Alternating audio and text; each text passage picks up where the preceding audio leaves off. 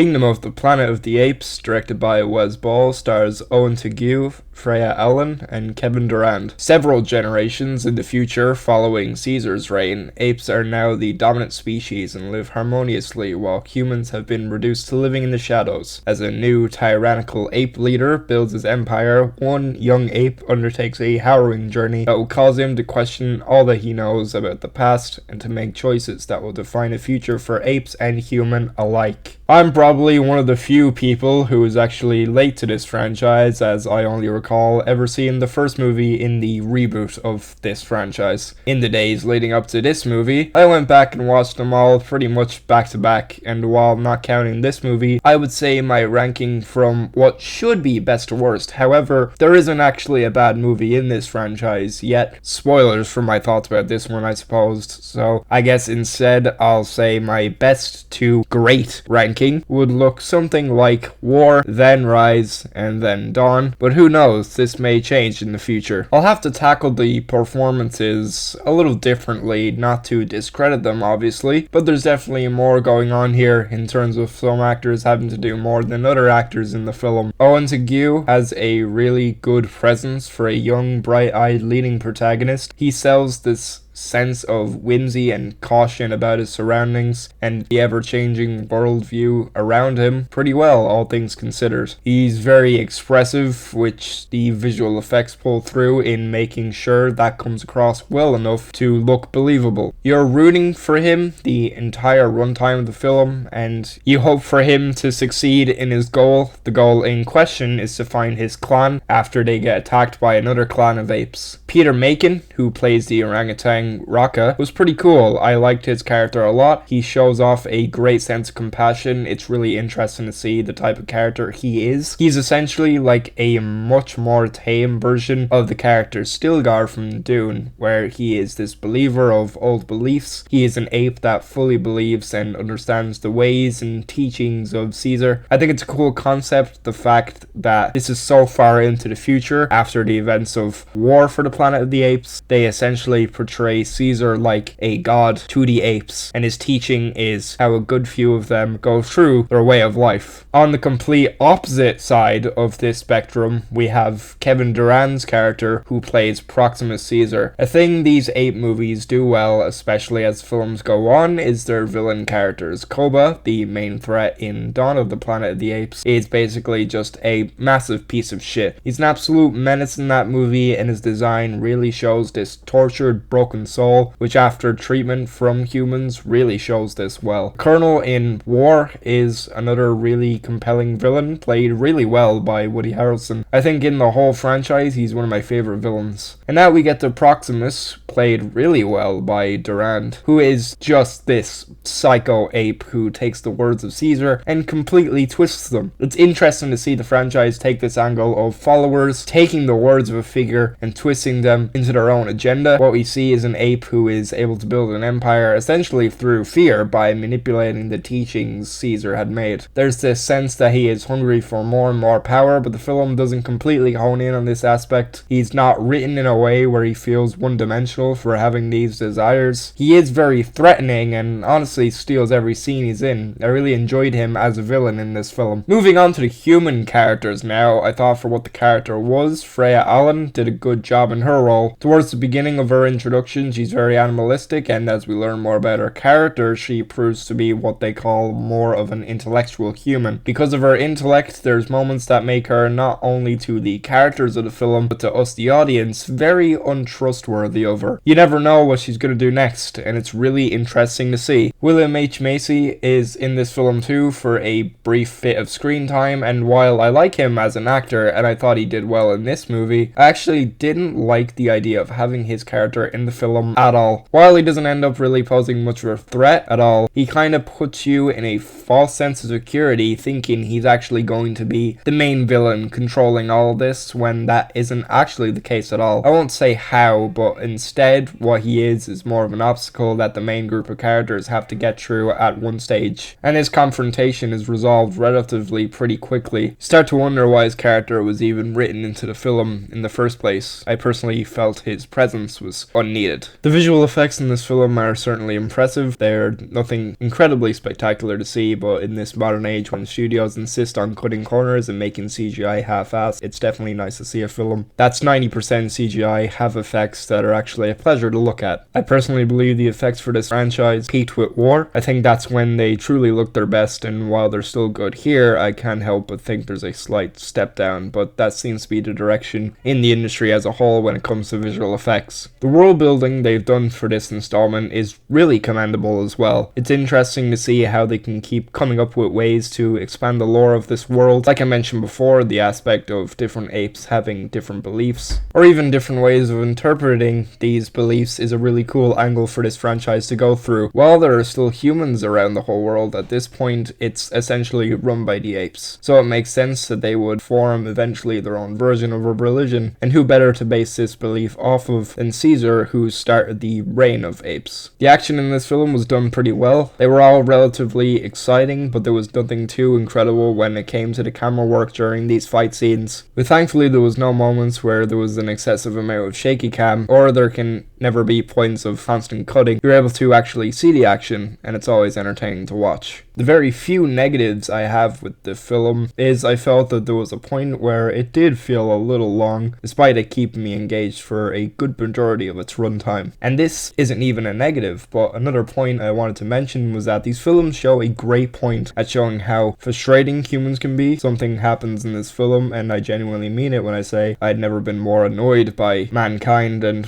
what they're doing in my entire life. And I can't wait till this franchise gets to a point where the apes finally fully take over and there's not a single human left. Overall, this film is pretty good. It's very entertaining, and it's definitely a worthy contender for the franchise. It's really cool to see a modern franchise remain this consistently good. I can definitely see this being the start of another trilogy, and if they remain bringing in this element of quality, I'd certainly be impressed. I'm giving Kingdom of the Planet of the Apes 4 stars. Very entertaining with actually good looking visual effects that deserve to be talked about. Got some great action and some genuine heartfelt moments that altogether make for a really engaging, fun adventure film. There's words that the director of this film, Wes Ball, is set to make a Legend of Zelda movie, and I can safely say after watching this, I trust that the guy will do a good job in making something special out of that.